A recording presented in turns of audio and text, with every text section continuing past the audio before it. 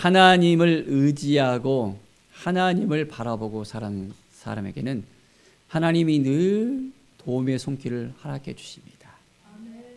우리의 인생 가운데 힘든 여정이 있을 수 있습니다. 낭망한 마음이 있을 수 있습니다. 그러나 그 가운데 하나님은 여전히 우리와 함께 하시고 우리를 도와주시는 하나님이십니다.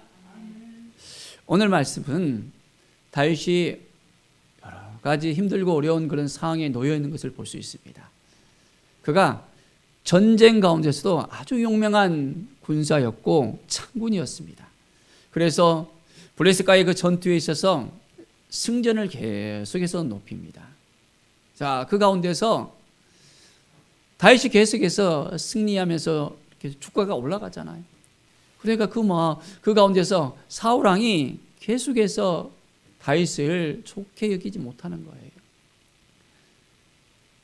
전쟁 때마다 승리를 하는 다윗을 어떻게 보면 칭찬해주고 그를 더 인정해줘야 되는데 사울의 마음은 더욱더 이제는 시들어가는 그 모습이 있는 걸 볼 수 있습니다.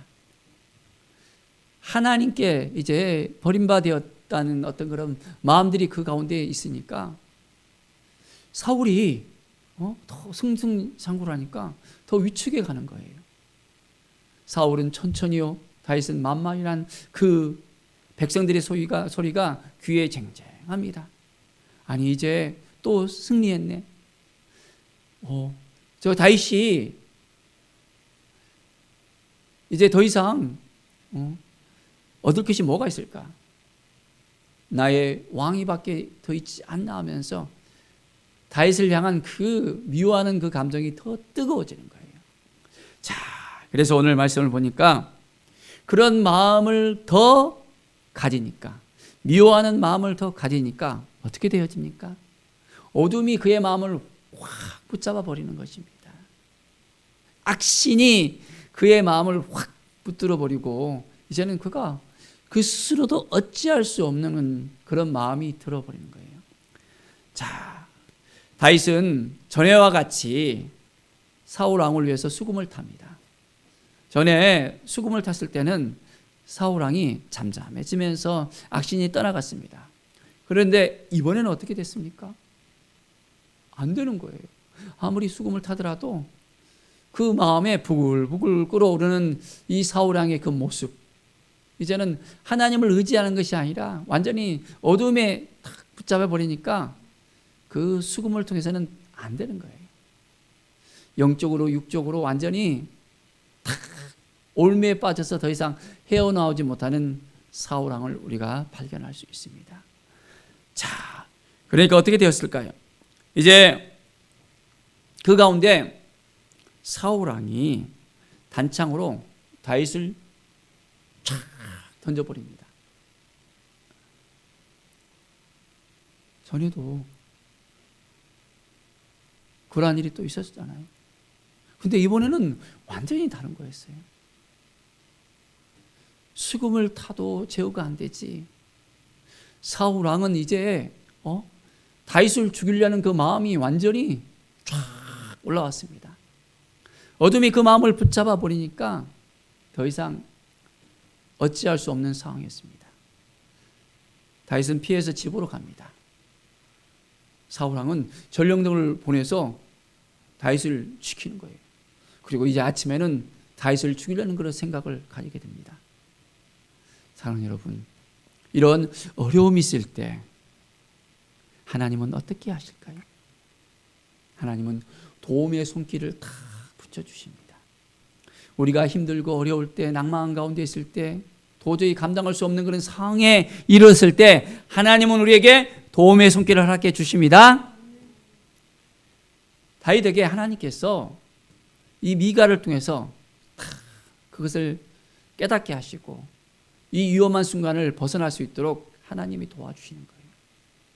그 이전에는 요나단을 통해서 또한 위험에서 벗어날 수 있었는데 이제는 미갈을 통해서 하나님이 허락해 주시는 것을 볼 수 있습니다.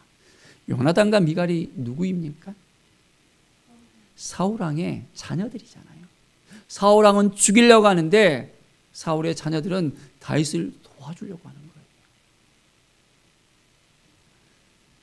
사울 왕의 사이였던 다윗이었습니다.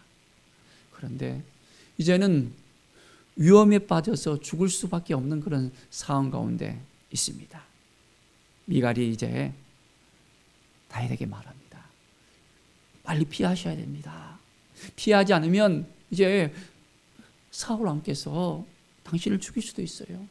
빨리 피하세요. 피신을 시키고 난 다음에 다윗의 침상에다가 우상을 다 올려놓고 이제는 염소털을 머리에다가 딱 하면서 다윗의 의복을 딱 입힙니다. 감쪽같이 딱 속이는 거예요. 사울 왕은 전령을 보내갖고는 그를 데려오라고 합니다. 미갈은 다윗이 아파서 병이 들어서 못 일어납니다. 핑계를 대는 거예요. 이제 사울 왕은 더 강력하게 요청을 합니다. 전령들에게 가서 명령하기를 이제 그가 병들어서 걸어서 못 오면 아예 침상채 들고 다윗을 데려오라는 거예요. 데려와서 내가 그를 죽이리라. 내가 직접 그를 죽이라고 외쳐댑니다. 보니까 어떻게 됐습니까? 우상에다가 염소털을 갖다가 다 머리에다가 올려놓고 감쪽같이 속여버리는 거예요. 사울 왕은 미갈에게 이야기합니다. 어찌된 일이냐고. 미갈은 핑계를 대면서 거짓말을 다 이어집니다. 그러면서 다윗을 완전하게 피신시켜 이제는 안전한 곳으로 가게 되어졌습니다. 사랑하는 여러분, 하나님은 늘 우리에게 도움의 손길을 보내주셔서 위기 가운데 벗어나게 하십니다. 늘 피할 길을 주시는 우리 하나님이십니다. 사망의 그늘 가운데 우리가 있을 때에도 늘 우리를 붙잡아 주시고 인도하시는 하나님이십니다. 우리가 구원의 하나님을 의지하면서 나아갈 때 우리 가운데 놀라운 은혜의 역사가 우리 가운데 있게 되어집니다. 늘 때를 따라 돕는 손길, 우리 하나님의 그 은혜의 손길을 늘 의지하면서 하나님 도와주세요. 우리가 연약합니다. 부족합니다. 하나님이 도와주시지 않으면 우리가 아무것도 할 수 없습니다. 고백하는 우리 모든 성도들의 삶이 되어지길 간절히 축원드립니다. 자, 우리 하나님은 늘 우리에게 새로운 힘을 주십니다. 두려워하지 말라, 놀라지 말라, 내가 너와 함께 함이라 하면서 이사야를 통해서 말씀하신 것이 이제 우리에게도 동일하게 또한 이 말씀이 임합니다. 참으로 너를 도와주리라. 참으로 나의 의로운 손으로 너를 붙들리라. 우리를 도와주시는 하나님, 하나님을 경험하는 우리의 삶이 되어지길 바랍니다. 늘 피할 길을 허락해 주시고 우리의 그 아픔을 어루만져 주시고 힘들고 낭망한 가운데서도 우리의 손을 붙잡아 주시는 우리 하나님을 의지하는 우리의 삶이 되어지길 간절히 축원드립니다. 자, 이제 다윗은 피신을 했습니다. 어디로 갔을까요? 사무엘에게 갔습니다. 사무엘은 누구입니까? 사울 왕을 기름 부어 주었던 선지자였잖아요. 또한 다윗을 기름 부은 자였습니다. 바로 이스라엘의 영적 지도자입니다. 최고의 지도자로서 사무엘을 통해서 하나님께서 이스라엘을 온전하게 세우셨던 것을 우리는 알고 있습니다. 자, 그리고 이제는 사무엘이 사울 왕이 2번이나 하나님 앞에 온전하게 하지 못하고 죄를 지음으로 이제는 후회한다는 말까지 하면서 사울을 떠나왔잖아요. 그의 고향으로 라마로 돌아와서 이제 선지 생도들을 양육하면서 그들을 육성하면서 이제 하나님의 나라를 확장하는 일을 하면서 지내왔습니다. 그런데 바로 그곳 가운데 다윗이 찾아간 거예요. 다윗은 다른 것을 의지하지 않았습니다. 하나님을 의지하고 싶었어요. 하나님을 바라보고 싶었어요. 세상을 바라보는 것이 아니라, 물질을 바라보는 것이 아니라 이제 나의 힘들고 어려운 순간을 이제 하나님이 도와줄 것을 믿고 나갑니다. 그래서 이제 하나님의 도움의 손길을 사무엘을 통해서 하나님께서 허락해 줄 거라고 믿고 나간 거였습니다. 그래서 사무엘에게 딱 찾아갑니다. 어찌 보면 다윗이 이 사무엘을 찾아가서 많은 것을 새롭게 배웁니다. 그곳 가운데 라마 가운데서 선지자들의 그 무리들이 있었거든요. 사무엘을 따라서 하나님의 말씀을 온전하게 이제 선포할 수 있는 많은 이제 선지 성도들이 이제 배움의 그런 학구열을 가지고서 함께하고 있었습니다. 예배의 삶을 살았고 온전히 하나님의 말씀이 그 가운데 넘쳐난 것을 우리는 확인할 수가 있습니다. 자, 그곳 가운데 가서 이제 사무엘을 딱 만났는데 사무엘과 다윗이 함께하고 있다는 것을 어떤 사람이 보고 사울 왕에게 알려준 거였어요. 그럼 어떻게 되죠? 위험에 또 빠지게 되잖아요. 사울 왕이 그 이야기를 듣고 어떻게 했을까요? 전령들을 보냅니다. 그래서 다윗을 잡아오려고 딱 전령들을 보냈습니다. 그런데 전령을 딱 보냈는데 전령들이 그곳에 딱 도착해서 선지자들의 그 무리와 함께 하고 있는 사무엘을 다 보자마자 하나님의 영이 다 임해버린 거예요. 하나님의 영은 특별한 사람들에게만 임하는 거였습니다. 이제 오순절날에는 모든 예수 그리스도를 믿는 자들에게 성령이 임했지만은 이 구약에 있어서는 선지자나 왕이나 제사장이나 기름 부음 받은 자들만이 이제 하나님의 영이 임했거든요. 그런데 하나님의 특별한 역사가 이곳 가운데 임했습니다. 전령들에게 하나님의 영이 탁 임해갖고는 이 전령들이 예언을 하는 거예요. 이 예언은 미리 예자의 그런 앞으로 될 일을 맞추는 그런 예언이 아니라 맡을 예자로서 이제는 그들이 하나님의 말씀을 온전하게 이제는 맡아서 하나님의 말씀을 선포하는 그 일들을 하는 거였습니다. 보통 선지자들이 예언을 하면서 하나님의 은혜를 나눴거든요. 하나님의 역사를 갖다가 함께 공유했습니다. 그런데 이번에는 어떻게 됐습니까? 이 전령들이 그것을 받고 하나님을 높여드리는 거예요. 함께 예배하면서 나간 것입니까? 다윗을 잡으러 왔는데 어떻게 됐어요? 그 가운데 예배의 회복이 일어났던 것입니다. 참으로 신기한 일이잖아요. 하나님의 역사는 이렇게 일어납니다. 엄청나게 위기의 순간이 될 수 있는데 위기의 순간을 사람의 눈으로 봐서는 도저히 이것은 도저히 회복이 안 될 수 있는 그런 상황이었어요.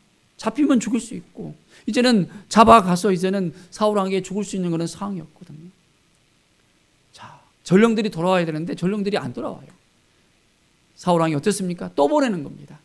전령들을 또 보냈어요.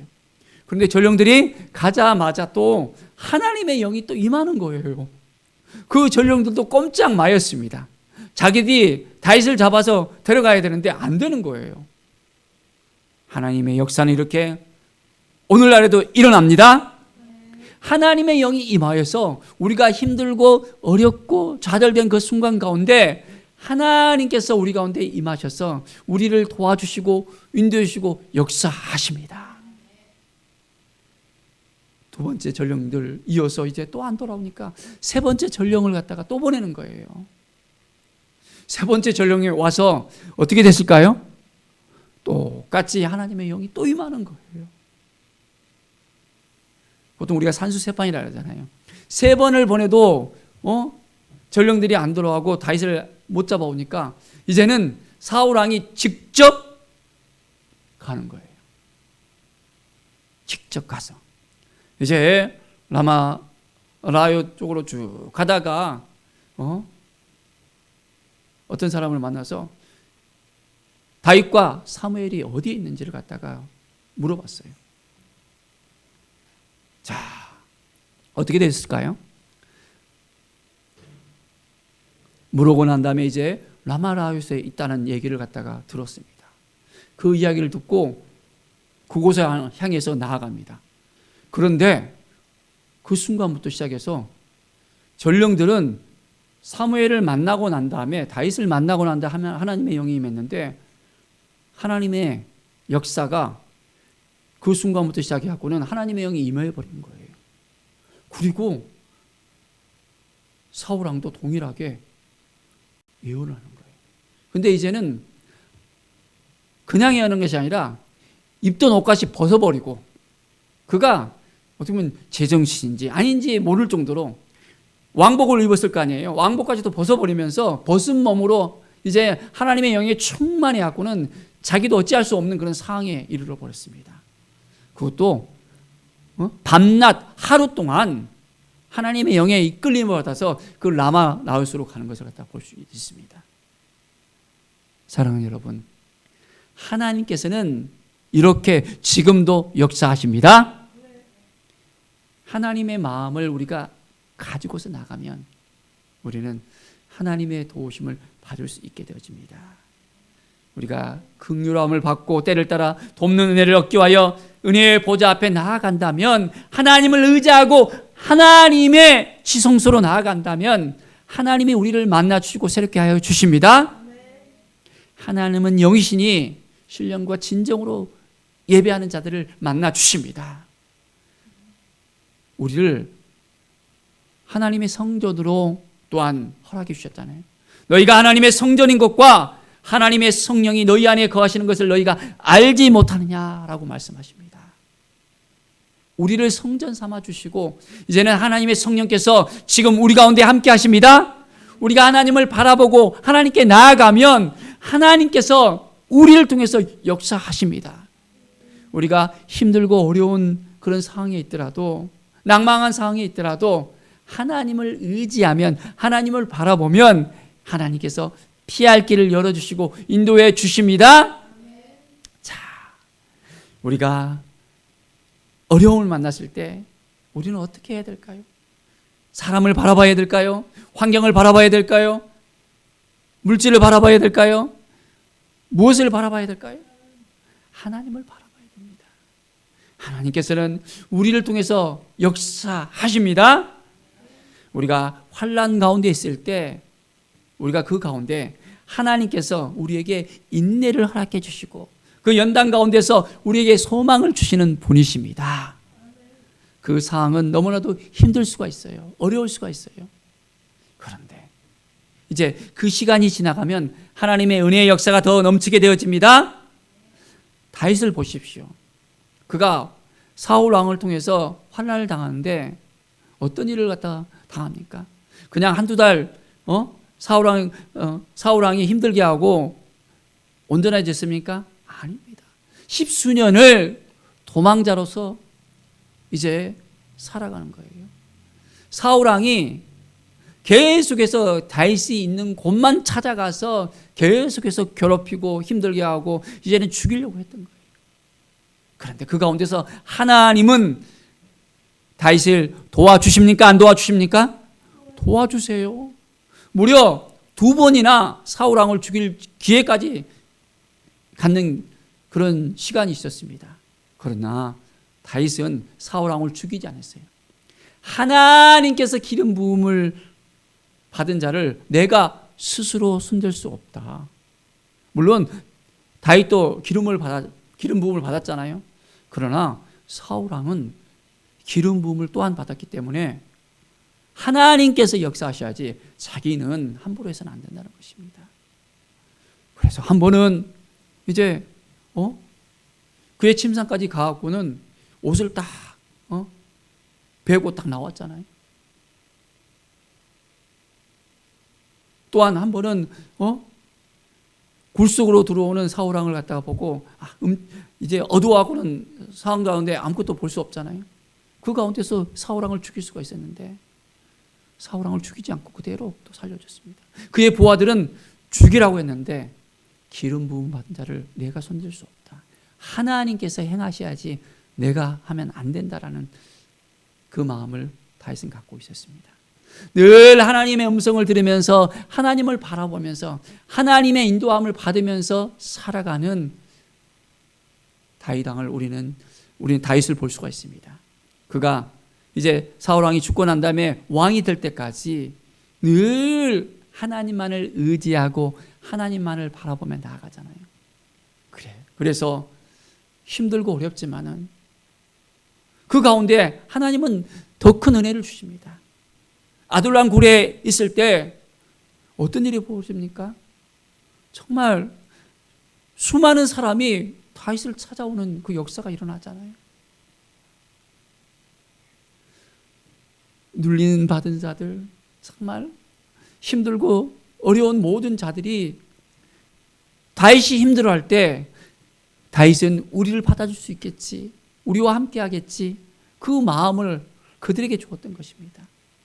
하나님은 늘 우리를 도와주셔서 우리가 할 수 있도록, 우리가 능히 모든 걸 감당할 수 있도록 인도해 주십니다.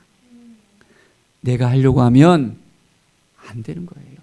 힘들 수밖에 없습니다. 다윗은 늘 하나님을 의지하면서 하나님을 바라보면서 이 위기의 순간 가운데서도 하나님께서 도와줄 것을 믿고 하나님께 묻고 나갔던 것입니다. 그가 전쟁을 하든지 무엇을 하든지 하나님께 묻잖아요. 하나님의 음성을 듣고 나갈 때 하나님의 도움의 손길이 일어나게 되어집니다.